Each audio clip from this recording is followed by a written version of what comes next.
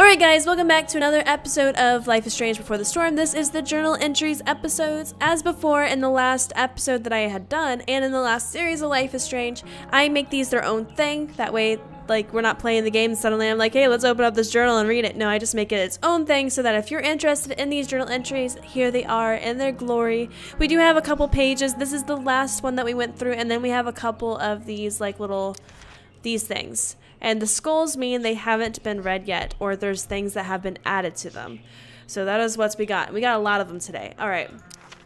I don't know if this will be like the episode that comes out next or where it's going to end up. I might wait for more journal entries. It depends on how long these journal entries are and all that kind of good stuff. So you might be seeing like a shorter episode or a longer episode or, you know, an episode in between. We don't know.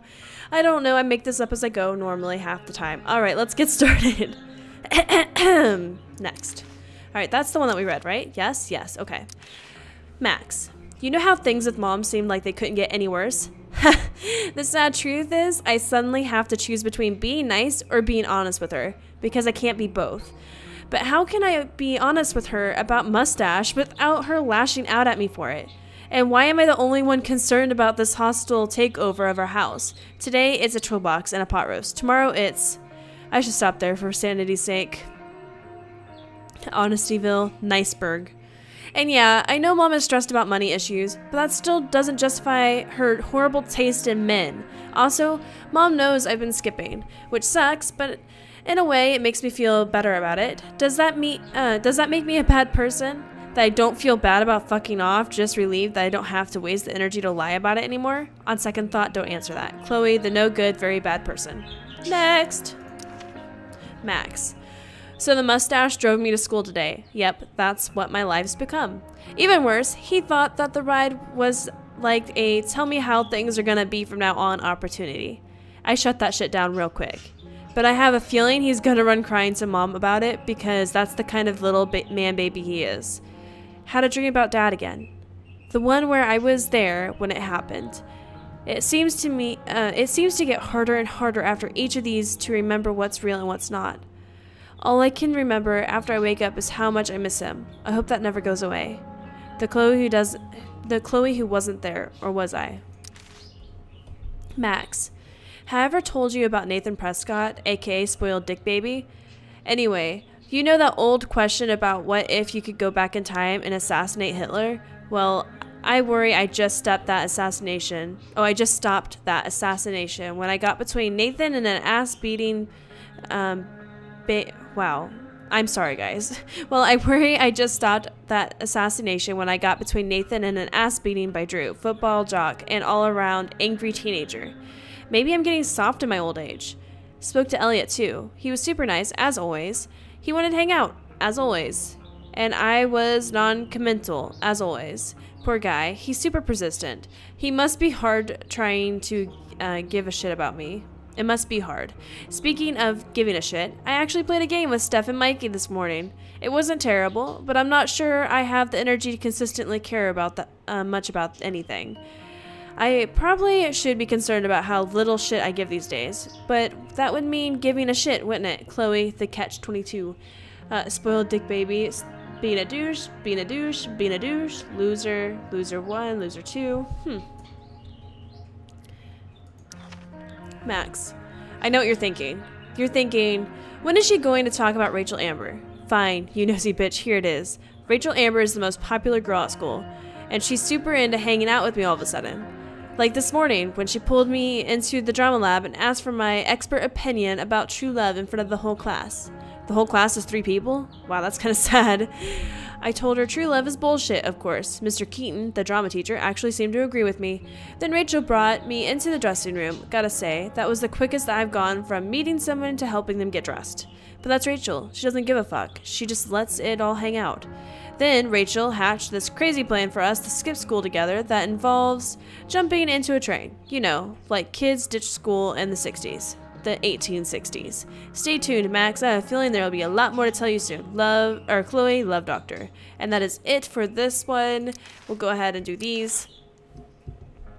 As far as Blackwell students go, Elliot Hampton is pretty not terrible. He hangs out with me he hangs out with some of the juicers sometimes, but I get the sense that he's mostly a lone wolf, like this chick. Similar to my class schedule, Elliot and I have history but no chemistry or drama.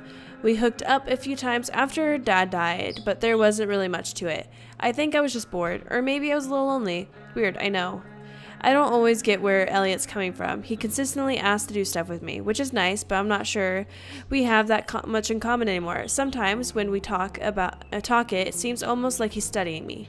I can't tell if he actually wants to be friends or just in my pants. I guess I should be flattered either way, but I'm also not sure how much I care. Sorry, Elliot. Aw, poor kid. He seems so nice. We already read the Frank one. We already read this one. We already read this one. Nathan Prescott is the golden child of the Prescotts, Arcadia Bay oldest, wealthiest, and most powerful family, as they love reminding everyone. Nathan's dad does something neurological related. I think it has to do with murdering baby seals and turning them into death rays for the military, but I can't remember the details. Whatever the case, there's a lot of people in this town who hate the Prescotts, including all the fishermen he put out of work. And you do not want to mess with the fishermen. They smell. Nathan is odd. He's extremely privileged, yet dark and brooding. Even though he's a dick, I can't help feeling bad for him sometimes. He's really he's really just a weird little dude trying to figure out his shit, but he has to pretend to be all this stuff he's clearly not, like an athlete or a cool kid. You can tell it fucks him up inside. Of course, the best cure for the feeling bad for Nathan is to actually talk to Nathan. Then you remember what a wonderfully punchable face those Prescott genes gave him. How do I just, like, go back? Okay, and then we have this. Yeah, I don't see, like, a back sign. Oh, back. Hey, there's a back on the bottom there. Okay, has kissed girls, has not kissed ever. I never decide if Steph is the coolest or nerdiest person in all of Blackwell. Maybe both. She's definitely queen of the indoors kids, with all their weird role-playing games and sci-fi shit. I guess her dad is a video game editor. She makes some sweet cash by selling bootleg DVDs. Don't knock the hustle. And I'm pretty sure Steph does all the backstage technical work for the school plays, which checks out. Another thing about Steph, she's into girls, and she doesn't give a shit what anyone else thinks about it. Mikey North is the captain of Steph's fan club, and the two of them can be found huddled around tables rolling 20-sided dice whenever they have the chance. If life were one of those 80s movies Dad used to watch, Mikey would be the nerd that the jocks give wedgies to. In the real world, if someone messes with Mikey, they're in deep shit. Mikey's older brother is Drew North, Blackwell's alpha jock. 6th level flame gauntlet of awesomeness. The truth is, Mikey is one of the few genuine. I don't know why I can't speak today. The truth is, Mikey is one of the few genuinely nice people in this place. Although, every once in a while, he says something that reveals a darker outlook on life. No idea where he gets it from. Maybe Star Trek? Drew North is Mikey's older brother, and the two of them couldn't be more different. Drew is a legit jock, like the type that spends hours in a day in the gym and has nicknames for his biceps. I've never been to the Bigfoot's game, but I hear he's actually really good at throwing stuff into other stuff or whatever. Goes into basket, football goes into butt, pretty sure. Mikey told me that Drew is planning to go to college on an athlete's scholarship, which is good because their family is even poorer than mine. Their dad was one of the fishermen who lost their job because of the Prescott Corporation. As you might imagine, this puts Nathan on Drew's shit list. Not a good list to be on. In the war between and a shithead, does anyone win? Anyways, I don't think Drew's really a bad guy, but I guess I wouldn't know. It's like we exist in two completely different planes of existence that happen to be in the same school. Happy to keep it that way. And then we have Rachel.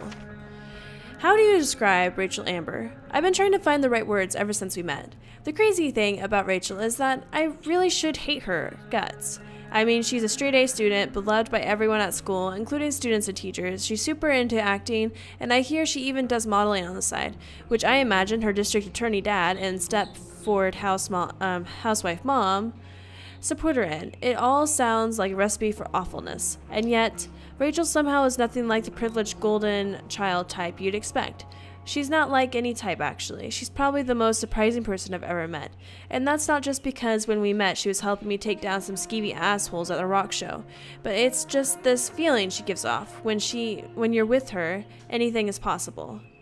Night right meow. I actually say not right meow or right meow all the time, which is weird. Fuck. It really sounds like I have a crush on her, doesn't it? Here's hoping she reveals something really horrible about herself soon, like a stamp collection or a love for cat memes, something like that, to make her a little less indescribably awesome. All right, and that is it from what we have. So I'm going to go ahead and do my outro, and then maybe we'll actually, you know, add more pages to this. I'm not sure. I might just upload it as is. Who knows? I just kind of wing it. All right, so we do have one new text message that I accidentally clicked on before, and I don't want to forget about it. Let's go ahead and read it. I don't know how much I've read on this. I know that I read some of it, though. Seriously, just trying to help. Yeah, right, you killed me. Oh, yeah. Okay. I have your DVD. You can get it before school. Thanks. Hey, I'm at the picnic tables. Thanks. On my way. Hey, heads up. Wells is on a warpath. Oh, no. Seriously, just trying to help. Yeah, right. You killed me this morning. That's what the GM does, dude. Also, thanks for playing with us. Mikey had a blast. He's cool. He's been down lately. Not sure why, but I know playing with you really meant a lot. Okay. So that's the only new thing other than this new page here. This is the last episode that we read. Let's go ahead and continue. Max. All right. Did we ever play Two Truths and a Lie? You would have been terrible at it. We would have called it Two Truths and oh god, can I take it back? Sorry for lying, please, the guilt hurts. Two Truths and a Lie should be a class in school. Feel like I learned a lot. For example, Rachel is ambidextrous. She's a Leo, and she comes from California. I also learned that I still have a lot more to learn about lying. Rachel read me like an open book. She called bullshit on my made-up cat allergy. Basically, she's a human lie detector. Have I meant that we were on a train? It was pretty cool, sitting there and watching the world fly by. Then we jumped off it and wound up in some crazy-ass park north of town, MDB. Captain Chloe Bluebeard scourged, or scored, I don't know, of the Arcadia Bay. Max. With all the Shakespeare shit going on, I thought I'd write you a sonnet. Then I realized that rhyming is hard and nothing rhymes with Rachel, which seems fitting given that I've never actually met anyone like Rachel before. With Rachel, everything is a game of some kind. I had to use my breaking and entering skills to get this viewfinder working, just so that we could spy on peeps at the park. Rachel was hilarious making up dialogue for them, and I actually held my own mocking some tight shorts wearing speedwalker. Playful, angel, age, old, navel.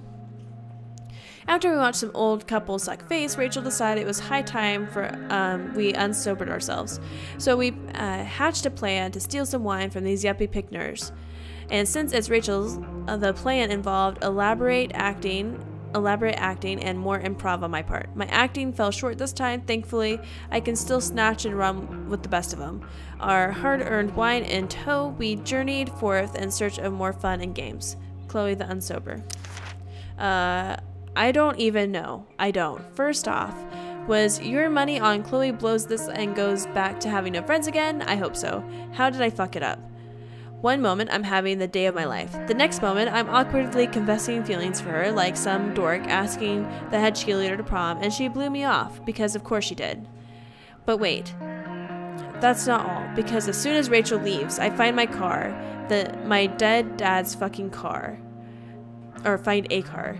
This twisted, shattered, ugly reminder of what used to be my life. So I smashed it up, obviously, and then I passed out and had a dream where my dad told me to find Rachel back at the park, and Rachel set herself on fire.